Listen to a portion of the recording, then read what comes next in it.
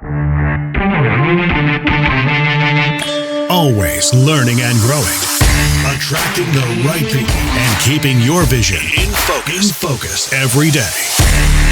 This is the Brian Covey Show. Welcome back to another edition of the Brian Covey Show podcast. And today I am super excited about bringing on not only one of my personal friends, but a coach that's had a significant influence in my life, Richard Milligan.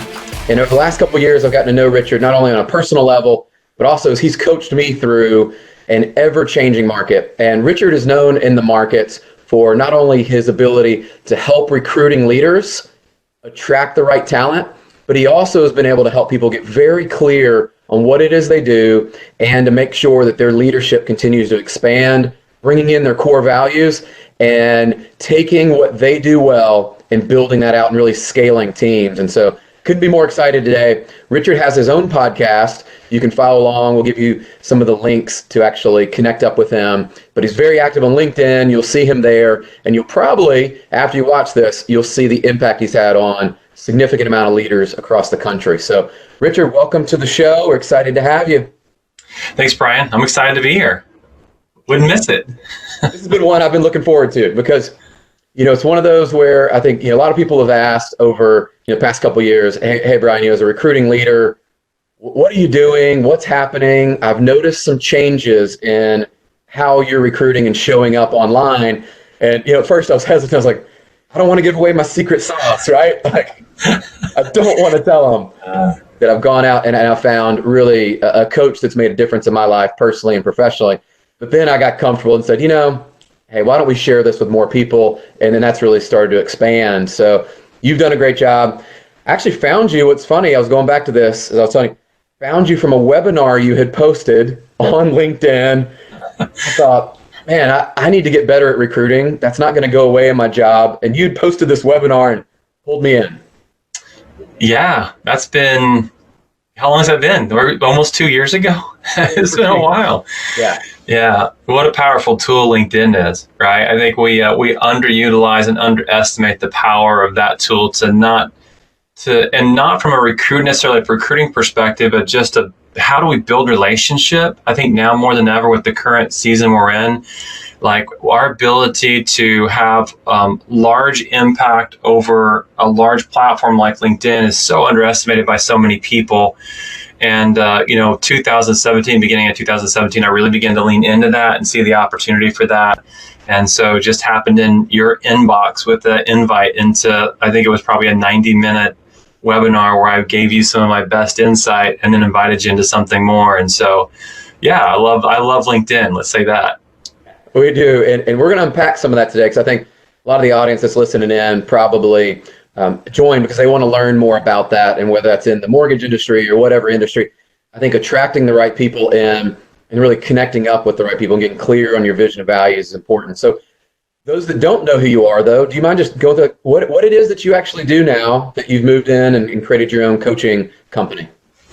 Yeah, I spent almost 15 years inside the mortgage industry, and that takes me from around 2002 to the beginning of 2017. And beginning of 2017, I started a company, which name is 4C Recruiting.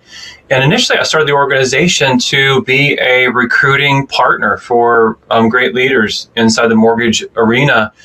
I got about 4 months into, I had 11 partnerships at the time. I get 4 months into this. Me and my team are putting recruits in front of leaders. And I'm finding that I'm spending most of my time coaching people or teaching people how to take the recruits I'm handing to them and how to engage them in a meaningful conversation. And what I realized in those first 4 months is that, man, I've been doing things different for a long time. I built 21 teams inside those 15 years in the mortgage world. And so I had the wins, but I had two different seasons. I had a decade where I would say I was a very average recruiter. I hired about 42 people in 10 years. And then in a 3.5 year window of time, I hired several hundred people. And so I began to think, what if I took the lessons that I learned and the things that I did different in that second season? What if I began to teach people that?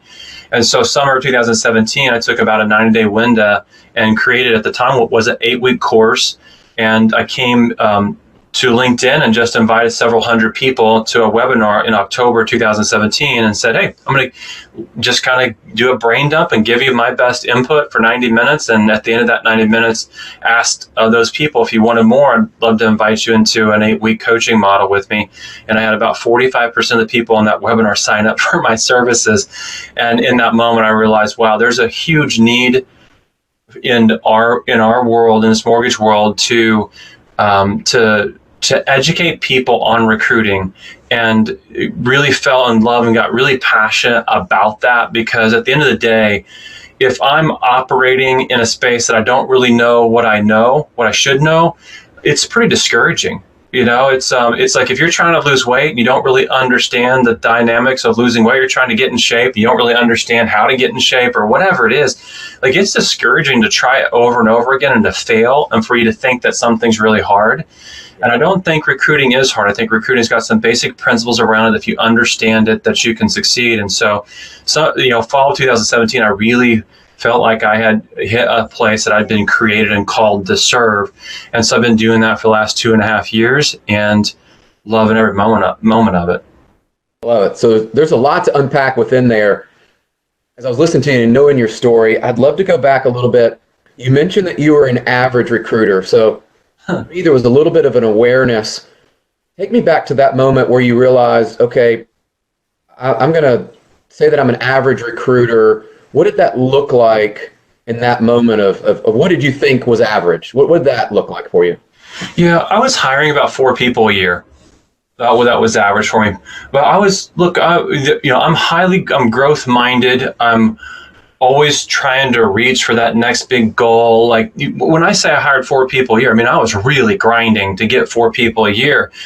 And so I developed what I would consider a false belief system around recruiting, which is that recruiting's hard, that this is difficult, that it's all about pounding the phone and really using a script along the lines of, are you open to a new opportunity? Are you looking for a better opportunity? And so I did that for a full decade. It was what I knew to do. Sure. And then, into 2013, some things changed in my career where the company I was with moved really their compensation structure and the leadership structure to really force me to make a decision, because I'd been producing up until the end of 2013, and I had to make a decision. Do I continue to produce, which I produced at a high level while managing, while recruiting? And I just made the decision, like, I really have a heart. I really want to lead. I really want to make an impact on the leadership side. And so I gave up my book of business, handed it off to a couple originators that were with me, and moved full on into recruiting. So in the 2013, I took about a 2-week window and said, I realized I don't really know a lot about recruiting, so I need to look at what's been working, what's not been working. I treated it like a science experiment. And I really just did a brain dump over a 2-week window to say, what are the things that have worked? What are the things that I do know? What are the things that I don't know? And when I came back at the beginning of 2014, I went from being a guy who had goals and was very driven to someone that actually had a system.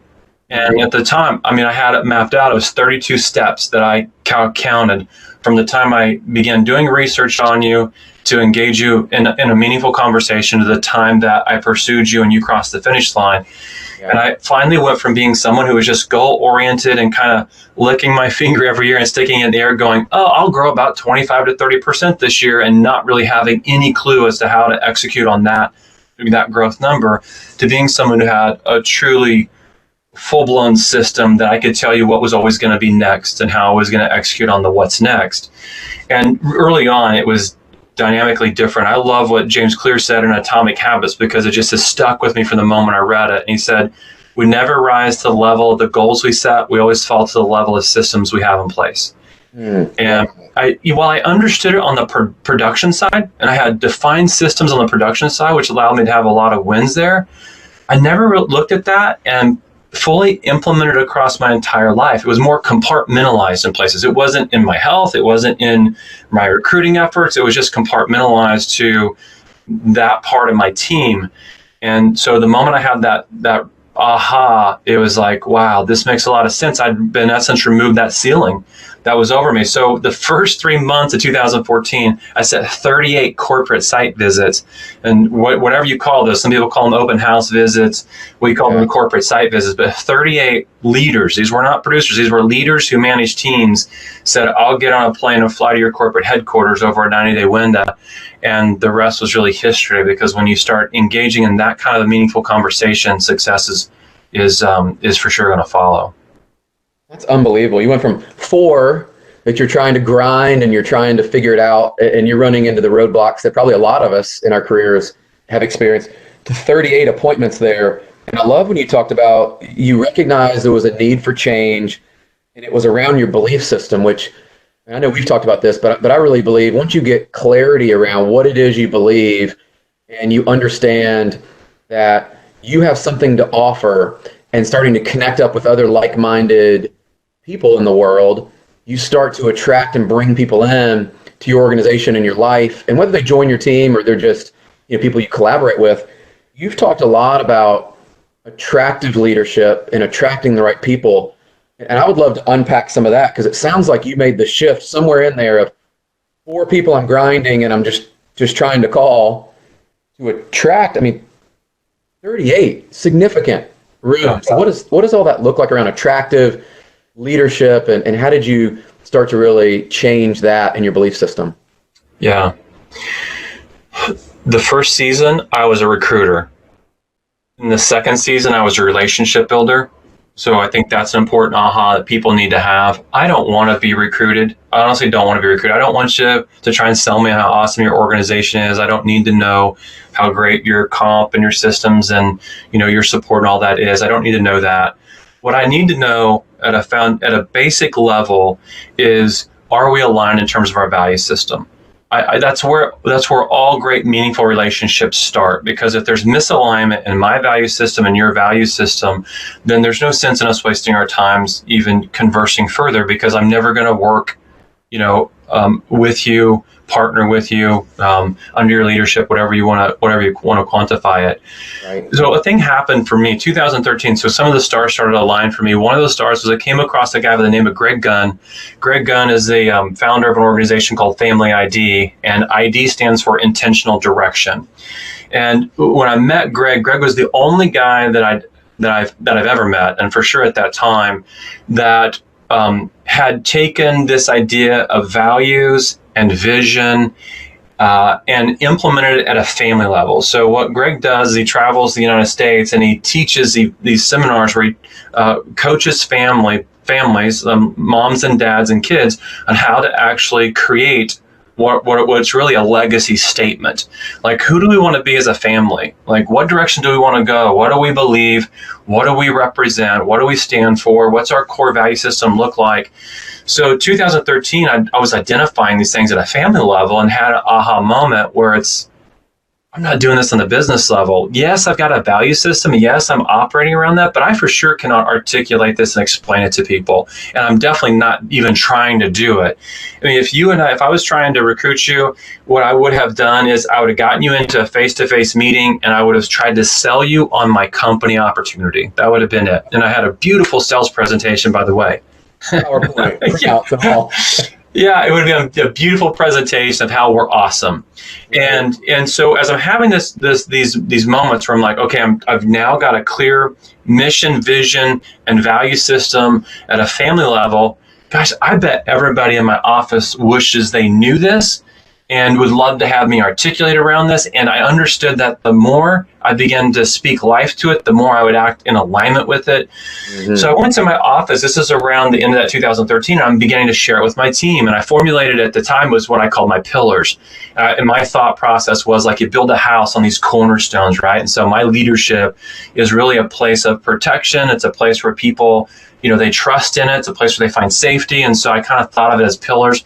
And I communicated 4 pillars that were true about me and my leadership. And this is what happened. It was like, it was a big, this is one moment where I'm like, I still remember it. I recruited a young man by the name of Rob Cole, and Rob Cole is actually a coaching client today. I recruited Rob, And it was like, Rob's a good producer. I mean, at the time he was doing 10 to 12 loans a month. Now he's way exceeded that, but it was 10 to 12 loans a month. And from the time I engaged him in a meaningful conversation over the phone, the time he was actually sitting in my office, right, 3 doors down, it was like 10 days. And I was thinking to myself, and the whole time I'm engaging him in a conversation, he's moving through the process. The whole time this is going on, he's not saying he's in pain. He's not saying things are awful over here and I need to make a transition and this is better. At no point did he ever say that. So it's kind of confusing to me because he's like moving so quickly and my antennas are up and I'm going, something's off here, something's not right. Well, he's 3 days into joining the team and his door's open and my door's open. I can hear him. He's calling his real estate agents. And as he's calling his real estate agents, he's saying, this is the reason why I left my prior company and this is the reason why I'm here. And he was articulating my 4 pillars. Wow. And in that moment, I just realized, oh my gosh, that's totally it. Everybody wants to align with someone who's similar in terms of the value system. And I need to lean in here. And at the time I was kind of able to explain it, but I really began to lean in and create better framework and get clearer myself on it. And not just clear myself, but like some of the things I said that were true about me, they were kind of true about me. Yeah. They weren't like, I would bleed for that, right? So like, for example, one of the things I said is I believe in leadership development. Yes. Well, as I began to articulate around that, I realized you're doing it for yourself, but you're developing yourself as a leader, but you're not really developing the people around you as leaders. And it forced me to change some things in order to be able to say that was true. And so I would explain to people, this is something I've been saying that is true about me, and I've realized it's not really true about me, and now I'm going to activate on this because I do think that everyone needs to grow as a leader and be developed as a leader.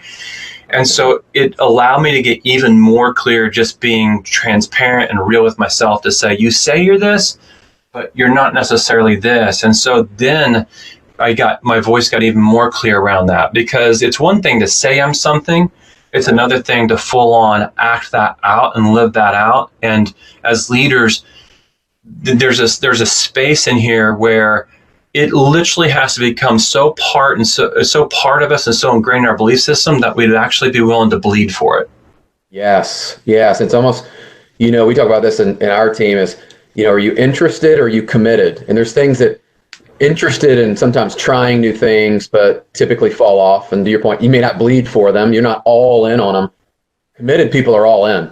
And when you go all in, the difference, because to your point, it's almost like I think about some of us right now having to wake up earlier, change schedules. You're figuring out very quickly what you're all in on and what you're probably just interested. So it's good. You brought up something, and I love that. I'd love to unpack this for the group is, as leaders that are out there trying to attract the right talent, they're recruiting and building relationships. You mentioned that not everybody moves because of pain. And I think that's, I hear different voices on this, and you've got people like, I recruit people and I'm finding their pain. That's how I find out, how I'm going to bring them over. I find their pain and then I give them what they need. And I'm like, the old school sales approach. And so you mentioned that, and I've found this to be true in my own recruiting and attracting and building relationships, is some of the best people did not move over because they were in significant pain. There might be one or two things they said. Many times it was around their leader or lack of leadership. But do you mind just breaking that down of because I think a lot of us think that someone has to be in pain, and maybe significant pain, in order to make a move, that we think happy people don't move. Yeah. Maslow had this theory, he had this hierarchy of human motivation, and he said that the lowest forms of motivation, we are motivated through needing to feel safe, needing to feel secure, needing to feel protected, and then also needing and understanding that we had to be provided for, right? We need food, clothing, shelter, we need some basic things. If those things are in place, okay, if those things are in place, those things are not always in place for people, but if those things are in place, then we as human beings are motivated through a different lens, okay? And so for the most part, look, and this is, we're in 2020 where there's some turbulent times we're experiencing right now. There's some people right now that don't feel very safe, right? And so the difficulties with that as recruiting leaders, and I'll finish that thought of what that higher motivation is in a second, but the difficulties with us as leaders is that we're dealing with people in a season where they are acting a lot of times out of emotion.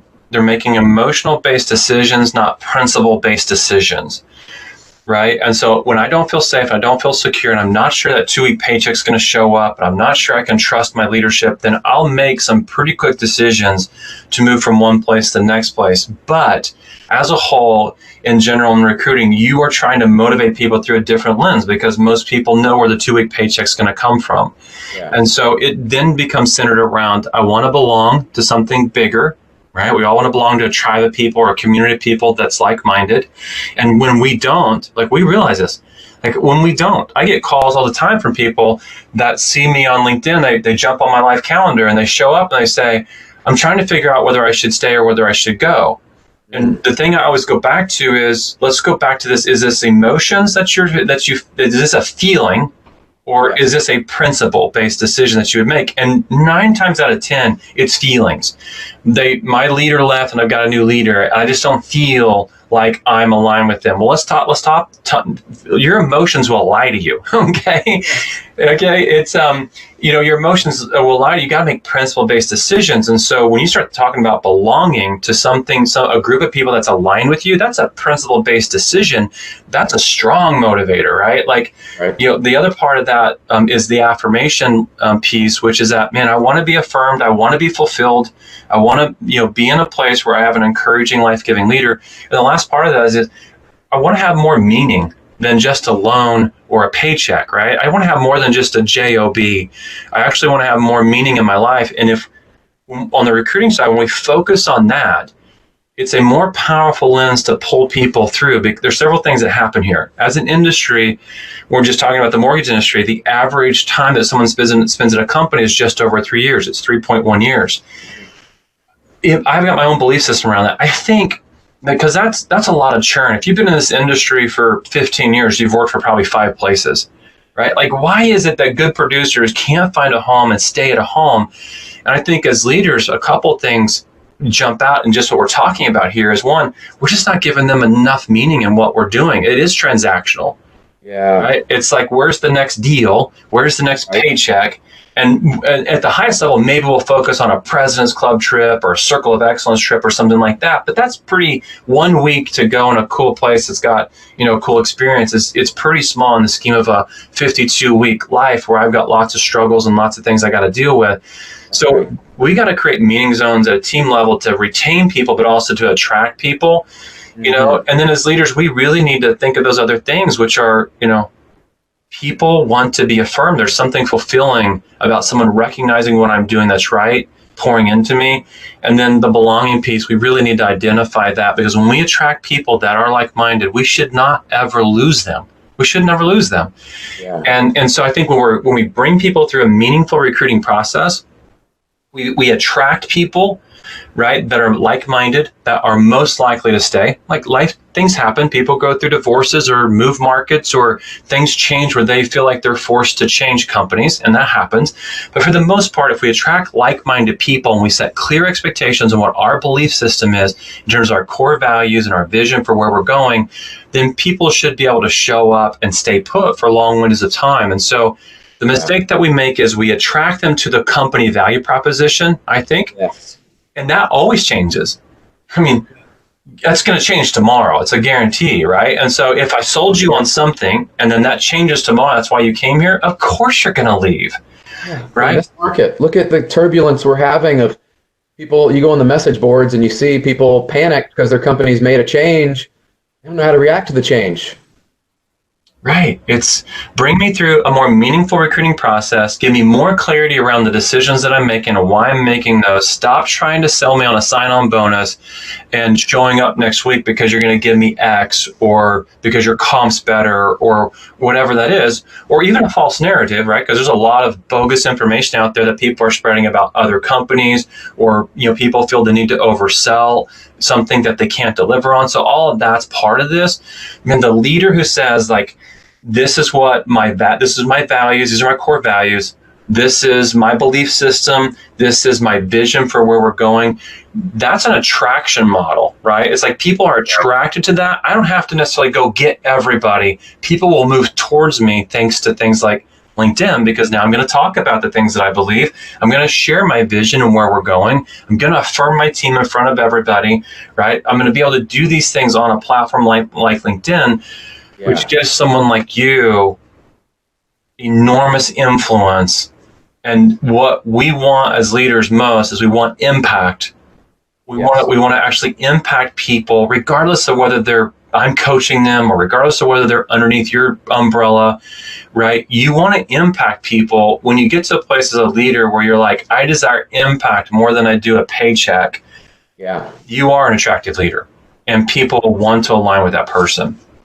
Yes. And I saw this a few years ago as I was starting to just kind of discover myself, and still in that journey and process. But I had one of those breakthroughs that was probably about 3 or 4 years ago, where I looked at LinkedIn and realized I had that epiphany of, it's not a post your resume type platform. It was a place for me to build connections. And I'm a connector, that I love to network. I love people. I love meeting diverse people and just connecting up and hearing their stories. And LinkedIn became this absolute kind of fertile ground of, wow, you can get on there and start connecting with people from all across the country and the world, for that matter. And as I started to share more about myself and post more, I started to find people that engaged on my post or commented or had similar interests to go, oh yeah, I love music, or I'm a soccer player, back in college as well, or one of those connection points that we found. And I've seen you lean into that. And so you talked a minute ago about, kind of back to Maslow, some basic needs I think that are met. And I've noticed with your posts, and I've tried to lean in on this as well, is getting out of that basic and start to be very clear on our vision and our values, and in a way share with just more transparency and be okay that, hey, this is who I am. I don't always get it right. I'm not perfect, not striving to be, but this is who I am. And come join this journey with me. Whether you join my team or not, we started to build connections, and it took off from there. So I've seen you do that. What advice would you give people about maybe not just LinkedIn, but once they start to get some clarity and they go through this, how do they move out of that basic needs? I think that ties into then sharing content today. How do those tie together for you? Yeah.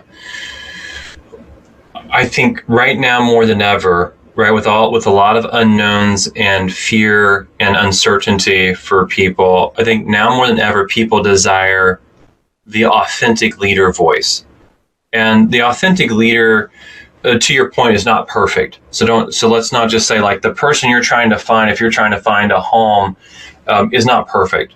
Okay, they're going to make mistakes, they're going to make errors, but they'll always come back to their core value system. Like, for example, integrity is really important to me. I make mistakes with my kids, my wife, relationships, but I'll be the first to raise my hand and go, my bad, I'm sorry, I miscommunicated that to you. What do we need to do to correct it, right? I think people are desiring, they're yearning for an authentic leader voice. And what that doesn't look like is using LinkedIn as an advertisement newsfeed to say, we're hiring, right? There's no authentic, that's an advertisement. You're seeing it as a marketing opportunity, an advertisement opportunity. People want real relationship. I think a lot of people, they're trying to build a quote unquote influencer platform, right? And what that leans towards is them trying to generate a voice that's not authentic to them, that's not their voice. They're trying to model somebody else.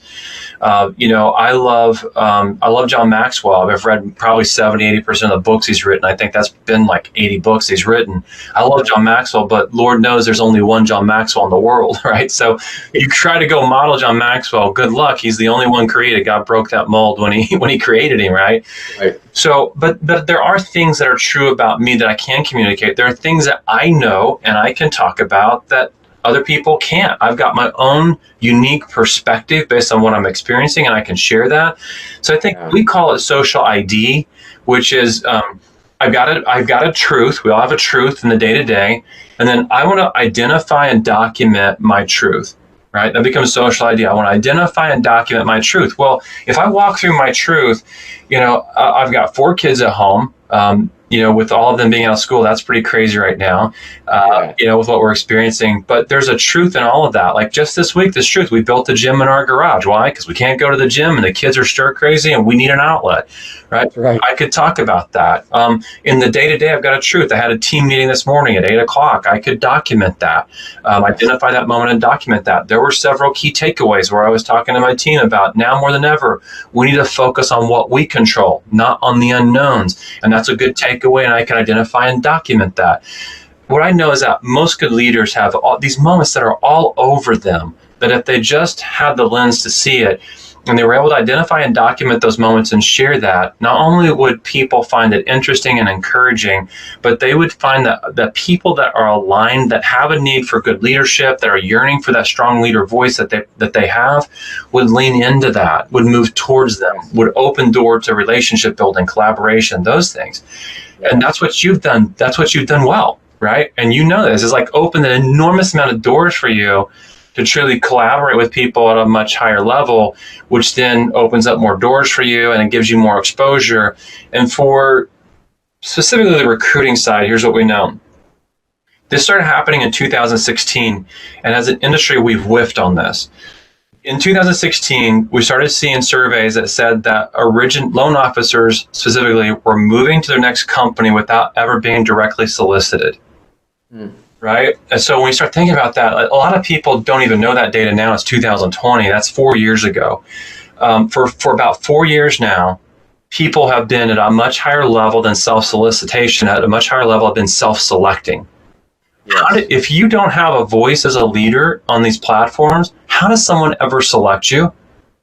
Like, they don't. We spend 80% of our time off of what most people think is the World Wide Web. We spend 80% of our time inside an app. Right? Like I've got this enormous network that I can share my voice and what I'm doing in the day-to-day that would inspire, that would encourage, that would give hope to people. And so I've got to figure out what are those moments, and then I simply identify and document them. So it's not complicated. It's pretty simple, I think. Well, and I love what you went through, and I had this conversation a couple times recently with Jay Duran. You've seen Jay, and he does, CEO of Culture Matters. We're actually going to have a really cool Facebook Live together soon. And Jay talked about something I would share with people here in this moment, as you talked about they need to be authentic and then speak their truth and document it. And what Jay and I leaned in on was awareness. And it's probably step one for some people to be aware of who they are. And you talk about values, and we talk about that a lot, is a lot of people, I'm noticing, just aren't even aware of who they are. They haven't taken the time to really dig deep into their soul and be quiet with themselves. I think this time right now where we're going through, where everyone's pretty much working from home and they've got more time, it would be an encouragement is have awareness. And when you're behaving around other people, it's almost the old emotional intelligence. Then what I found, at least in my own journey, is once I was more aware of how I behave in certain patterns in my own life, then I got to know myself better and how I was made and built. And while that evolves, I think through the journey, without awareness, I've just found it's hard to be true to yourself, because to your point earlier, I loved what you said is so many people I see are trying to be someone else versus their voice. Yeah. I really believe God gave you your voice for a reason, gave you your experiences for a reason. You had certain things that happened through your life that have built you to where you are today. But without being aware of those, many people just don't even know what their truth is to share. Yeah, that's good. That's good. It takes a lot of effort to get to a place, and effort being quiet and being still and trying to understand who we are and how we've been created, how we've been designed, because we're all unique. Yeah. This surprised me in 2018 as I coached. In 2018, I coached 138 individual leaders, and the last year was 450 some individual leaders. In all of that, when people have come into my coaching, one of the first things we talk about is, why do you do what you do? Right? Let's identify that. Why do you do what you do? Like what are you really passionate about around what you're doing? A lot of people would say, come up with some pretty generic answers of, because it's a good way for me to provide for my family.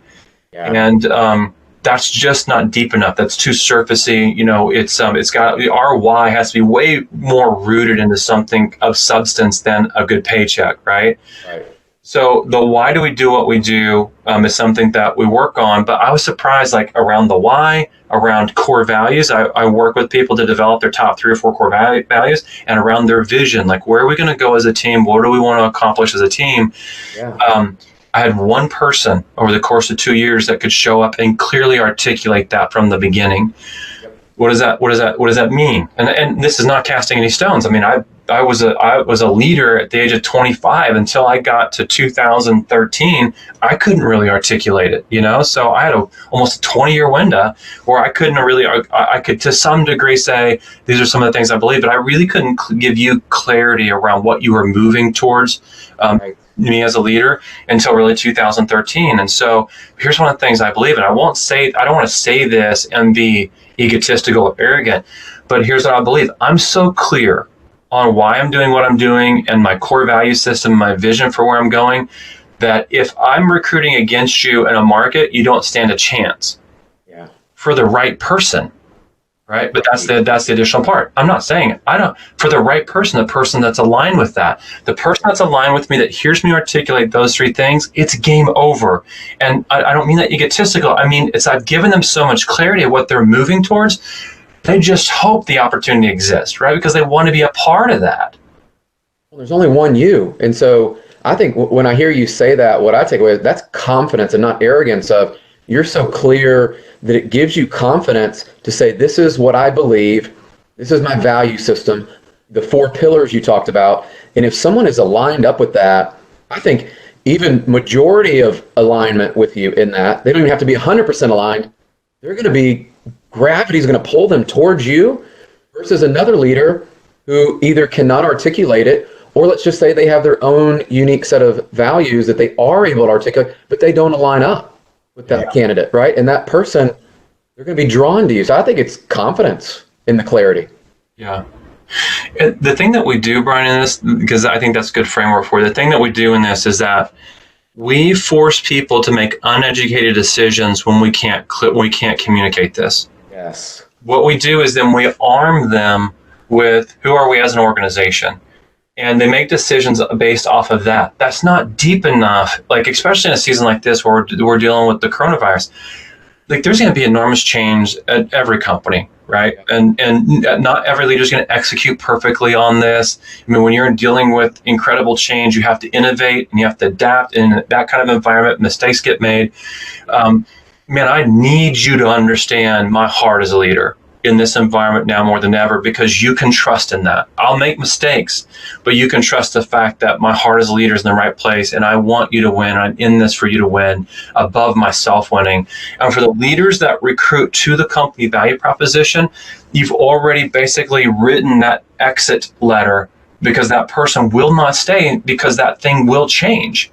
Right? And so comp will change, benefits will change, how our system operates change, the technology we're using will shift, our CRM, all these things will change in this environment. So leaders today, man, I implore you, get clear on these things, be able to communicate these things, because when you do, you are doing a service to everybody that you recruit. If you can't communicate this, you're doing a disservice, because you're pulling people in through a narrative that they will actually leave your organization through. 100% agree. And I think that's where that's going to be a nugget for people to really re-listen to. So rewind it back and listen to that again, because I think that's something that we all need to hear right now in this season, and is something that we can take action on and will strengthen your leadership. So rewind that back and listen. Well, hey, as we're coming up towards the end, I'd be remiss if I didn't go down this path with you. Is you've talked a lot about legacy and family, and I know how important that is for you and for me and how we live our lives. And so, I'd love to hear a little bit about just your story and how that connects with your family, and maybe a little bit about what kind of legacy does Richard want to leave and in this world, and the difference you want to make. That's a good question. I remember this moment. I'm at a funeral. This has probably been 7-8 years ago. I'm at a funeral.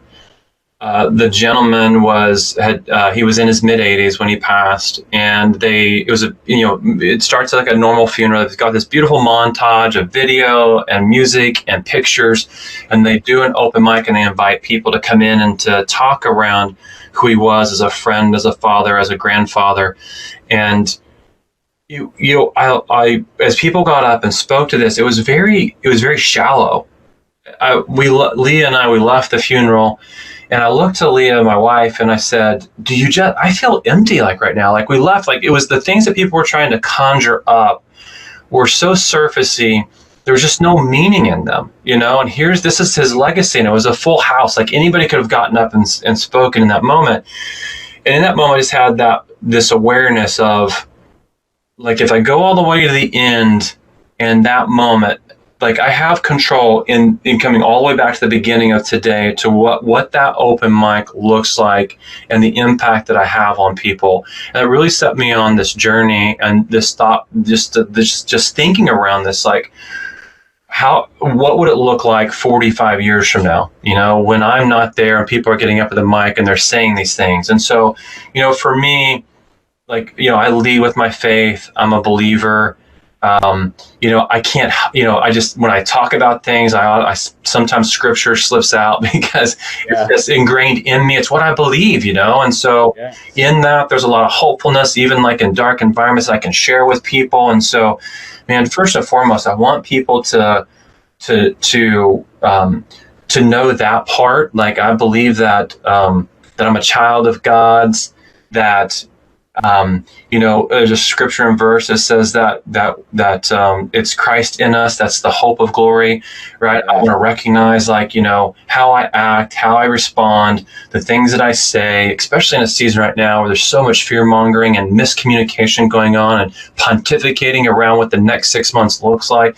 I want to be really thoughtful as a leader in the things I speak life to. I don't need to get into the pontificating. I want to speak life to people. There's life and death in the power of the tongue. And so first and foremost, I want people to say, in a moment where everything seemed difficult and everything seemed gone, everything seemed lost, Richard always spoke life to me. And that only comes because of my belief system, right? If I don't already know the ending of this story, how in the world can I be filled with hope in a place where it seems pretty dark? But I already know the ending of this story, right? Like, and so that allows me to speak around that. But impact, it's a big part of that. And, I think for those of us that want to have a large impact like you, I start out my day with some daily affirmations. And one of those affirmations, it comes around, God, it comes around my wife, it comes around my family, it comes around who I am as a leader. And every single one of those, as I speak life to those, it's I'm last, other people are first. I'm last, other people are first. And as long as I live a life that puts other people before me, when we get to the end and we start talking about legacy, the legacy will be defined just simply in something as small as that. I'm last, you're first. And so I try to do that with my kids. I try to do that with my wife. And of course, I'm a broken, sinner at heart. And so it's not perfect, but man, I'm coming back to it again and again and reminding myself of who I want to be.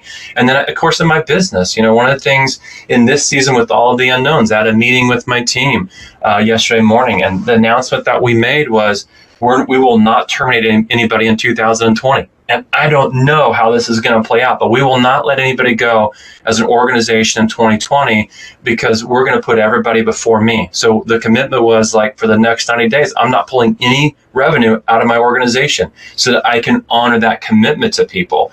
And so I think as long as we're putting others before ourselves, legacy always works itself out. Wow. That's powerful. And I love the way you frame that up of speaking life. And I think every day we have an opportunity of every person we encounter, every interaction online now with social media, the social distancing thing, we have an opportunity to speak life. And so that would be the challenge. I love how you articulate your legacy. And I would challenge everybody listening to this is, who and where can you speak life today, this week, this month, and this year? Because there's going to be a lot of hurting people that are going to need those of us to rise up and to speak life so that they have hope and they have hope in their future and where this is going. So, man, I know we could go on forever, and we'll probably have to have you back on But I want to be respectful of the time. Thank you so much, Richard, for taking time. And you've made a significant difference in my life. And I just want to affirm you. You're using your God-given gifts and talents, and you're making a difference in not just hundreds, but thousands of people I know, whether they're paying and coaching with you or they're just on the sideline observing. You're making a significant difference in this world. And so I just want to honor you for that and say thank you. Yeah, thanks for saying that, Brian. It means a lot. Would love to come back on sometime. We'll have plenty of things to talk about over the next few months, right? Yeah, we will. So guys, that wraps up another edition of the Brian Covey Show. We're going to include links to follow along with Richard Milligan, so that way you can follow up with his podcast on LinkedIn, Facebook, and everywhere else that he is very active, and you want to make sure you pick up some of his content and follow along with him. Until next time, this is Brian saying we're out. Subscribe, rate, and review The Brian Covey Show today. Go to briancovey.com.